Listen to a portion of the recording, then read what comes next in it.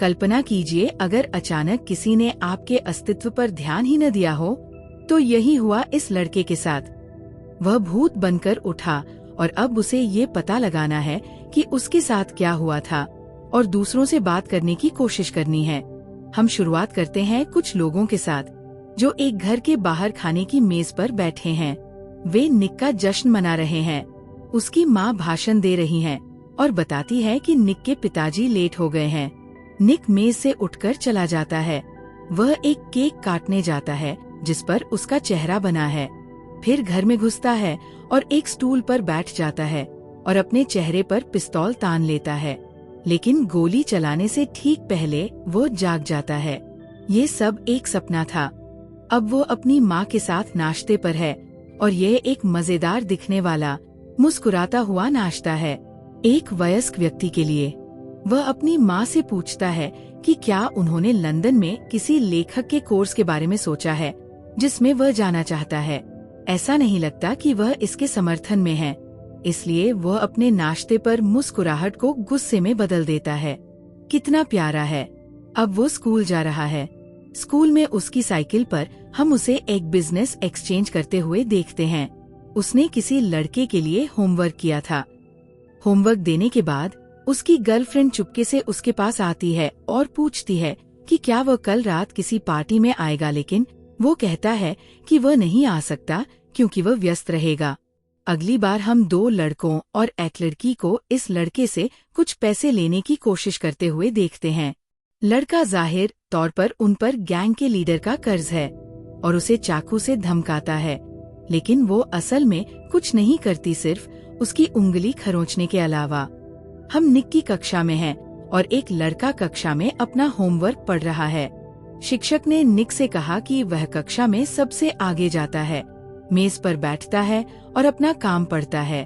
ये अच्छी कविता है, लेकिन उसके सहपाठी बहुत ऊबे हुए लगते हैं, इसलिए घंटी बजते ही वे सभी अपना बैग पैक करते हैं और निकल जाते हैं। छात्र अब कैफेटेरिया में हैं। जिस लड़के को खरोंच लगी है वो निक का सबसे अच्छा दोस्त है। निक पीट को बता रहा है उसे अपने लिए खड़ा होना होगा और लोगों को अपने आसपास नहीं रहने देना होगा। पीट कहता है कि वह ऐसा नहीं कर सकता, इसलिए निक अपने दोस्त के लिए लड़ने जाता है और पीट का कर्ज चुकाता है और एनी के कान में फुसफुसाता है कि तुम बहुत टूटे हुए हो। यार, सच में सोचा था कि वह इससे बच जाएगा, लेकिन एनी ने बस कुछ सेकंड ही दिए और फिर उस पर हमला कर दिया। अब उसके चेहरे पर कुछ घूंसे मारे। उनमें से दो प्रिंसिपल से मिलने का इंतजार कर रहे हैं और थोड़ी सी दिल की बात कर रहे हैं। वह उससे कहती है कि वह उससे बेहतर नहीं है क्योंकि वह निबंध बेचता है। वह मानता है कि वह एक पाखंडी है और प्रिंसिपल आता है और एनी को घर भेज देता है।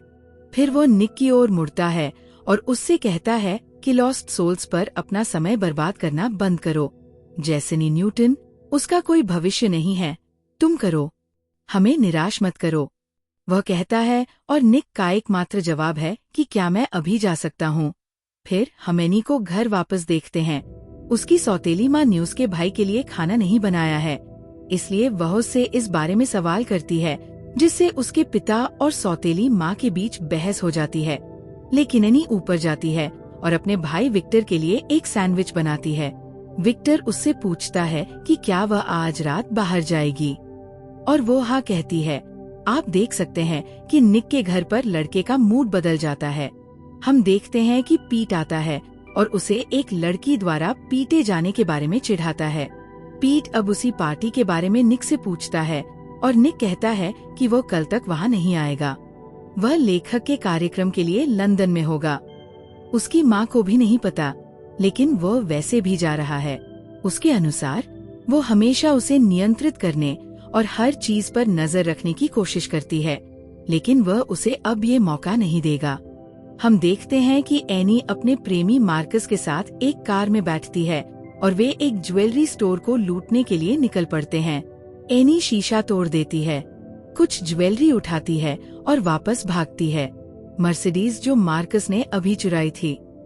अगली सुबह वह गाड़ी चलाकर चला जाता है। एनी स्कूल के लिए तैयार होती है और बैग लेकर निकल रही होती है।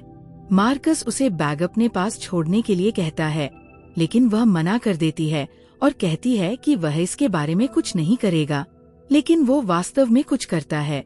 वह अपना फोन लेता है और पुलिस को फोन करता है। अरे वाह, क्या बेवकूफ है।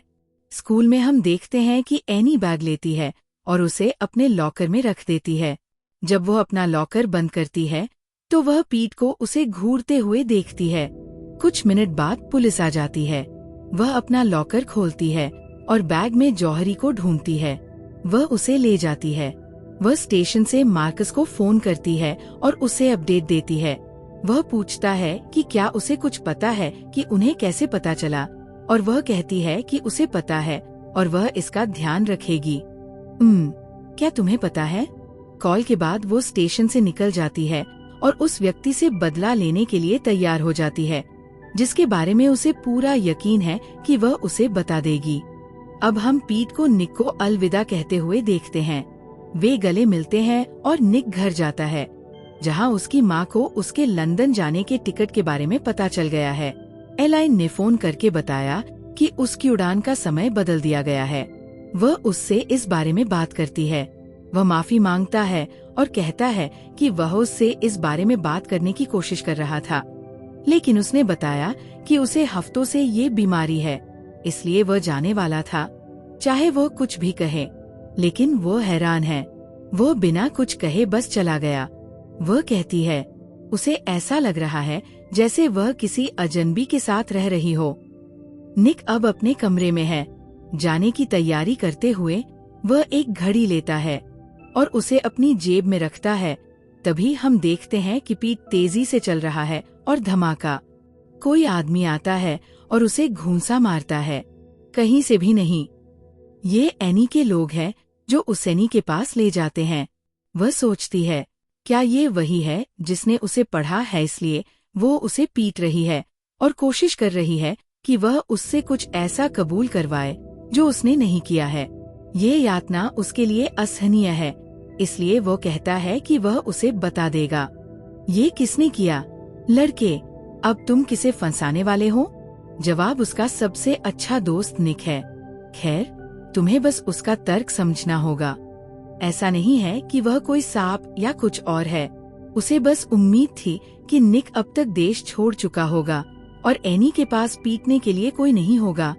लेकिन दुर्भाग्य से निक की उड़ान में देरी हो गई, इसलिए वो पार्टी में अपनी प्रेमिका से पूछ रहा है कि क्या वो लंदन जाना चाहती है, जबकि वे घूम रहे हैं।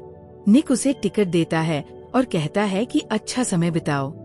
ऐसा लगता है कि उसकी माँ की छोटी सी बात ने उसका मन बदल दिया है और वह अब नहीं जाना चाहता। और आप जानते हैं कि यह किसी के लिए भी अच्छी खबर नहीं है। वो घर वापस जा रहा है जब एक कार उसका पीछा करने लगती है और फिर उसे एक खाई में धकेल देती है। ये एनी और उसके लड़के हैमवे अब उसे पीट रहे हैं। पीट कार से बाहर आता है और अपनी जल्दबाजी को समझाने की कोशिश करता है, लेकिन कोई उसकी बात नहीं सुन रहा है। और अब वो निक को उठाता है और पूछता है कि अब कौन टूट गया है, और वह अभी भी जवाब देता है कि तुम हो। हम सभी एक ऐसे लड़के से प्यार करते हैं जिसके कुछ हौसले हों। ठीक है, हो सकता है कि वह गलत निकला हो। निक के हौसलों से कुछ और घूंसे और चेहरे पर एक जोरदार लात देते हैं, जिससे उसकी मौत हो जाती है।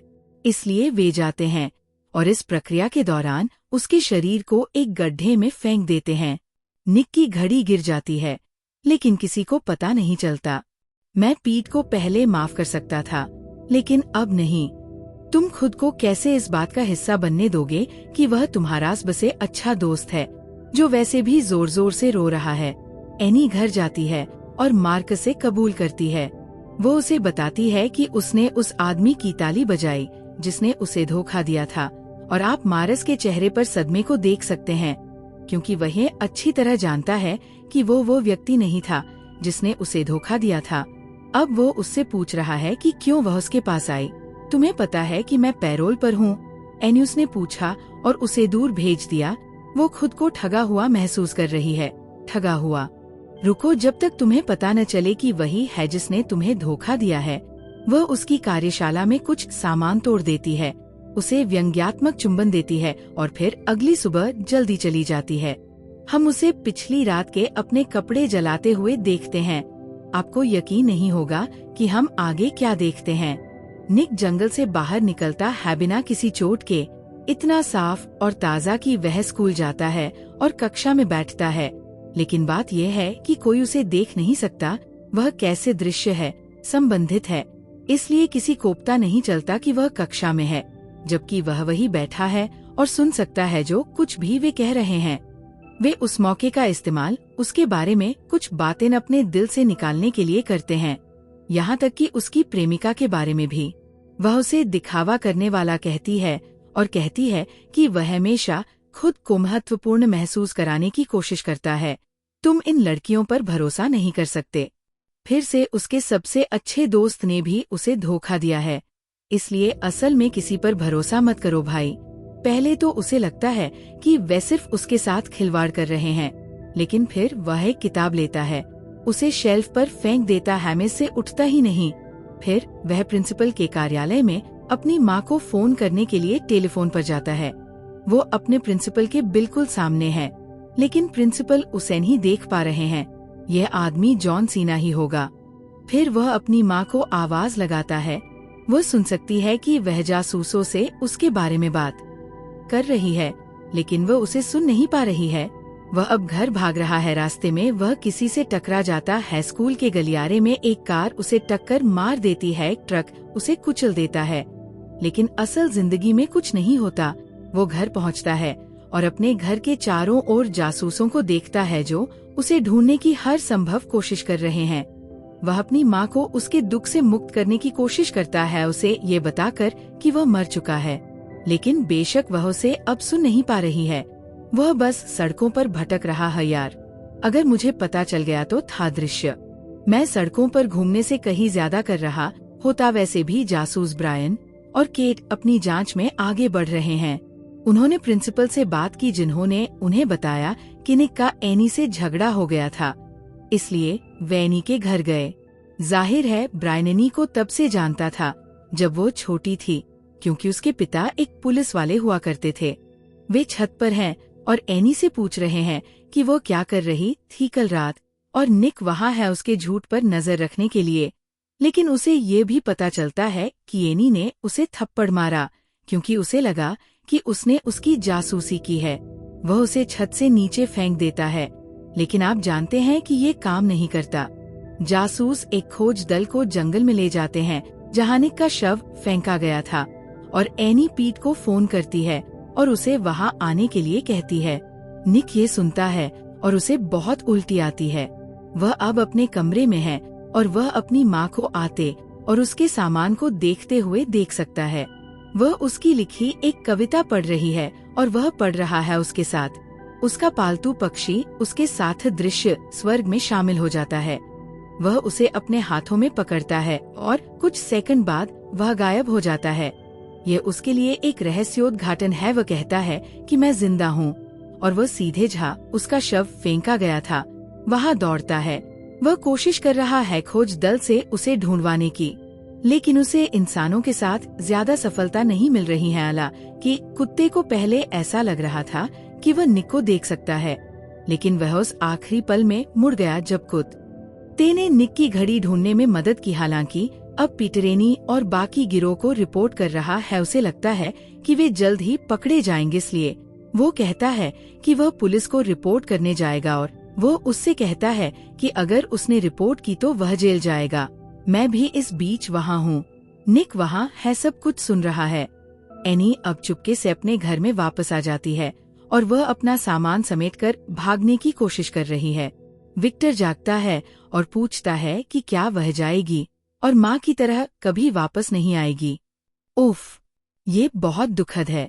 एनी अभी रो रही है। वो भले ही बिल्कुल ठंडी हो, लेकिन इस लड़के के मामले में वो नरम है। वह विक्टर से कहती है कि वह कभी उसके जैसा न बने। बहुत अच्छी सलाह है। उसके पिता कमरे में आते हैं और उसे जाने के लिए कहते हैं, और वह कहती है ठीक है, लेकिन अगर उसके छोटे भाई को कुछ हुआ तो वो वापस आ जाएगी और वह उसे ताली मारेगी।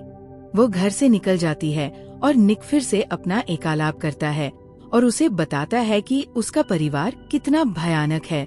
डायनेमिक किसी भी चीज के लिए माफी नहीं मांगता, उसने जंगल में खोज की है। हम देख सकते हैं कि जंगल में खोज तेज हो गई है, हेलीकॉप्टर और एम्बुलेंस। अब एक पेशेवर कहता है कि अगर निक बाहर जिंदा है तो उसके पास ज्यादा से ज्यादा 2-3 दिन हैं। अब हमें निक के शरीर का एक दृश्य मिलता है और हम देखो उसकी उंगलियां फड़क रही हैं। वो सचमुच जिंदा है। जासूस ब्रायन अब मार्कस से बात करने जाता है। वह उससे पूछता है कि क्या वह मंगलवार रात कोएनी के साथ था, और बेशक वह कहता है। फिर वो उससे पूछता है कि क्या वह उसके साथ था उस रात जब उसने ज्वेलरी स्टोर लूटा था, और उसने कहा नहीं, उसे कुछ नहीं पता। बेशक ब्रायन जानता है। मार्कस 8 महीने से पैरोल पर है, लेकिन वह इस पर ज्यादा जोर नहीं देता।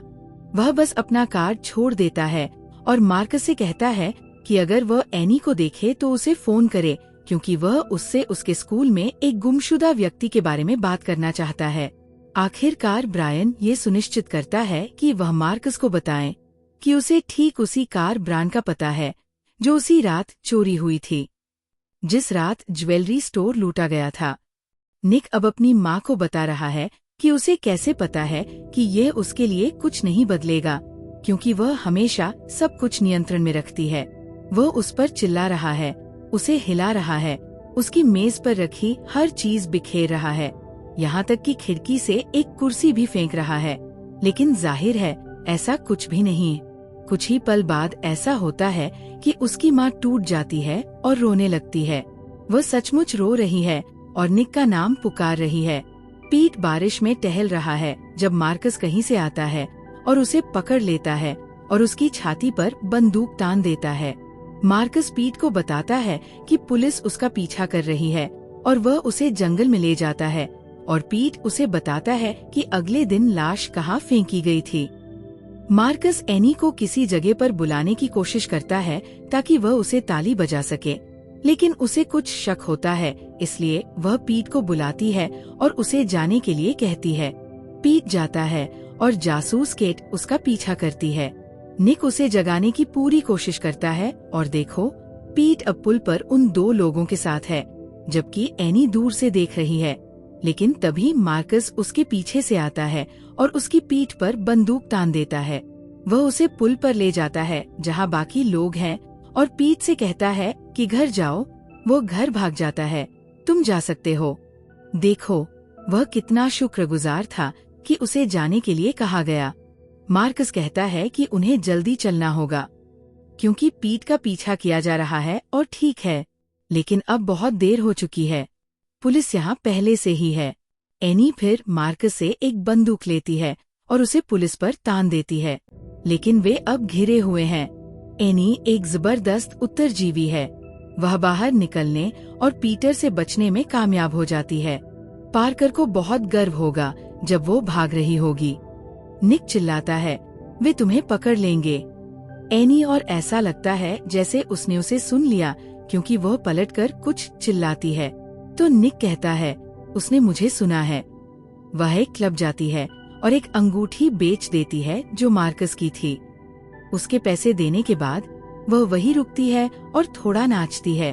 वह अपनी हुडी और बीनी उतार देती है और अब गोरी औरत का खास डांस कर रही है, जबकि निक उसे बस देख रहा है। अगले दिन वह अपनी माँ की कब्र पर जाती है और कहती है उसे माफ करना है। फिर निक बात करने लगता है कि कैसे कभी कभी वह चाहता है कि उसकी माँ उसके पिता की बजाय मर जाए, क्योंकि वह उस पर कितना दबाव डालती है। अब वह एनी की ओर हाथ बढ़ाता है और उसके कंधे को छूता है। वो कहता है कि वह जानता है कि वह उसे सुन सकती है, इसलिए वह उससे कहता है कि उन्हें बता दे कि उसका शरीर कहाँ है। लेकिन वो उठ जाती है और चली जाती है। वह उसका पीछा करता है। वह रात में स्कूल में घुस जाती है और विक्टर के लिए एक लिफाफे में कुछ पैसे डालकर उसके लॉकर में रख देती है। निक उसे ये बताने के लिए वहाँ मौजूद है कि वह मर रहा है और उसके पास ज्यादा समय नहीं बचा है, और विडंबना ये है कि वो अकेली है जो उसकी जान बचा सकती है। आप बता सकते हैं कि वह अपने दिमाग में उसकी आवाज सुन सकती है, इसलिए वह उसका नाम चिल्लाता है और वह पलट जाती है, लेकिन उसे कोई दिखाई नहीं देता। वो अब बहुत दुखी है। वह नहाने जाती है और एक अच्छा लड़का होने के नाते निक ध्यान रखता है कि वह उसे न देखे। इस बीच निक, जो उस छेद में है, ने अपनी आंखें खोली है। अब वो बास्केटबॉल कोर्ट में सो रहा है और निक ठीक उसके बगल में, उसके शरीर पर हाथ फेरते हुए और उसका नाम पुकारते हुए वह सो जाता है और उसे बास्केटबॉल टीम जो अभ्यास के लिए आती है जगा देती है। तुम कैसे भूत हो और सो रहे हो, या बिल्कुल भी सो रहे हो? वैसे भी अब हम एनी और निक के घर को देखते हैं। वह उसकी पुरानी तस्वीरों को देखकर बड़ी हो रही है और पुरानी यादों में खो रही है। मुझे मत बताओ कि ये दोनों प्यार में पड़ रहे हैं, क्योंकि निक भी यहाँ मुस्कुरा रहा है कि उसका शरीर उस गड्ढे में सड़ रहा है। शुक्र है कि निक की माँ आती है और जो भी रोमांस पनप रहा था उसे खत्म कर देती है और वो भाग जाता है घर से बाहर और सीधे जंगल में, जहाँ वे निक का शव फेंकते हैं और वियोला शव वहाँ नहीं है। निक एनी को बता रहा है कि कोई वहाँ था उसका शव हटाने के लिए, और वह उससे कह रहा है कि वह उन पदार्थों को देखे जो उसे कुछ दिन पहले पीट के पास मिले थे, और इससे उसे पता चलता है कि पीट यहाँ था। इसलिए वह पीट के पीछे जाती है। स्कूल में पीट अब उसे बता रहा है कि निक ने उसे बाहर भी नहीं निकाला। फिर वो कबूल करता है कि उसने और मार्कस ने शव को हटाया था, इसलिए वह मार्कस के पीछे जाती है। वह उसकी कार में उस पर घात लगाती है, एक पुलिस स्टेशन के ठीक बाहर। फिर वह उसे खाई में ले जाती है और उसे घुटनों के बल बैठने के लिए कहती है। उलटफेर के पल में वह उस पर बंदूक तान देती है। इस बीच पीट खुद को मिटाने की कोशिश कर रहा है। निक उससे विनती कर रहा है कि वो ऐसा न करे, लेकिन पीट कुछ भी सुन नहीं पा रहा है। लेकिन यहाँ खूबसूरत बात ये है कि जब पीट उस संक्रमण क्षेत्र में है जहाँ वो अभी मरा नहीं है, लेकिन पूरी तरह से जीवित भी नहीं है, तो वह निक को देखता है। एक दूसरे को देख और बात कर सकते हैं। निक अब पीट से पूछ रहा है कि उसने लाश कहाँ रखी है। उसी समय एनी मार्कस से पूछ रही है, वही सवाल जिसका दोनों लगभग एक ही समय पर जवाब देते हैं। पीट के माता पिता उसके कमरे में दौड़ते हैं और उसे स्टेडियम में पाते हैं, और एनी वहाँ से चली जाती है। मार्कस निक को ढूंढने के लिए मुड़ता है, लेकिन उसे ताली न बजाना बहुत अच्छा विचार नहीं साबित होता, क्योंकि मार्कस उठकर उसे गोली मार देता है। वह मरती नहीं है, हालांकि उसके अंदर इतना दम है कि वह उसे गोली मार सके और फिर उठकर जासूस को बुला सके। ब्रायन, वह उसे बताती है कि निक कहाँ है, और उसे बताती है कि उसने अपने भाई के लिए अपने लॉकर में कुछ छोड़ा है और उसे सुनिश्चित करना चाहिए कि विक्टर उसे ले जाए। पुलिस उस बांध की ओर दौड़ती है जहां निक की लाश है, लेकिन बेशक निक उनसे पहले वहां पहुंच जाता है।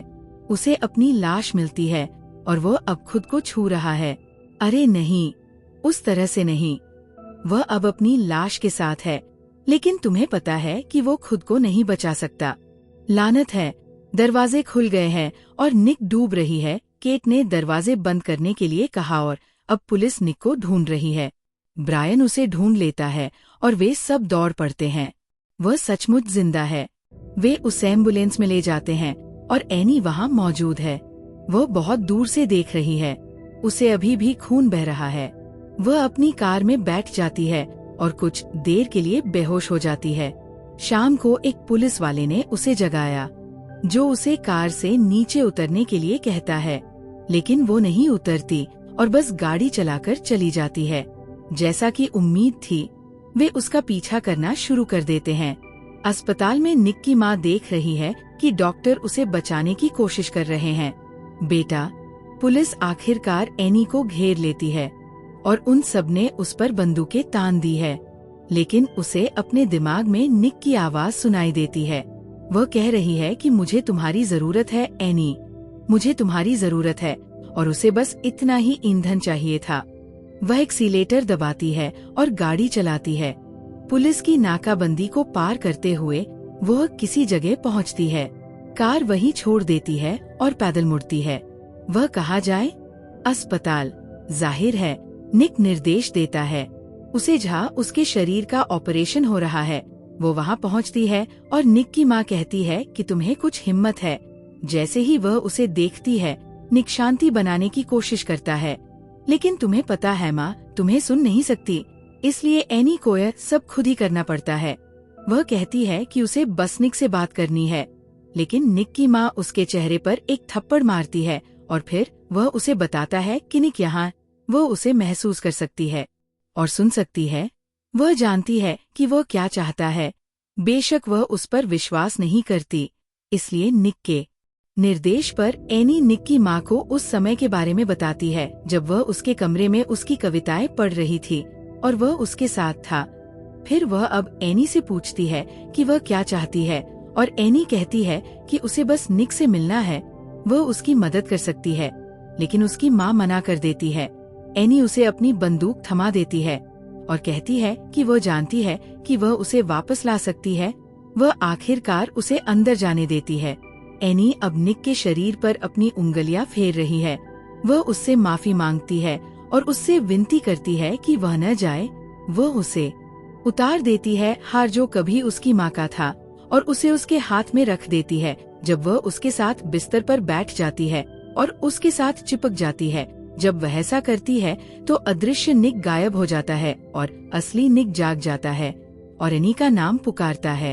एनी कहती है कि वह एक अच्छा काम करना चाहती थी और निक उसे बताता है कि उसने किया, उसने उसे बचाया। फिर एनी चुप हो जाती है। फिर हम विक्टर को खिलौने से खेलते हुए देखते हैं खेलते हुए और निक आता है और उससे बातचीत करता है। विक्टर कहता है कि उसकी बहन मर गई है और निक कहता है कि उन्हें उसे एक संदेश भेजना चाहिए। विक्टर का संदेश सरल और छोटा है, हे एनी, तो निक उसके लिए विमान में लिखता है और वे उसे उड़ाते हैं। कहानी का नैतिक मुझे नहीं पता, लेकिन वो दुखद था।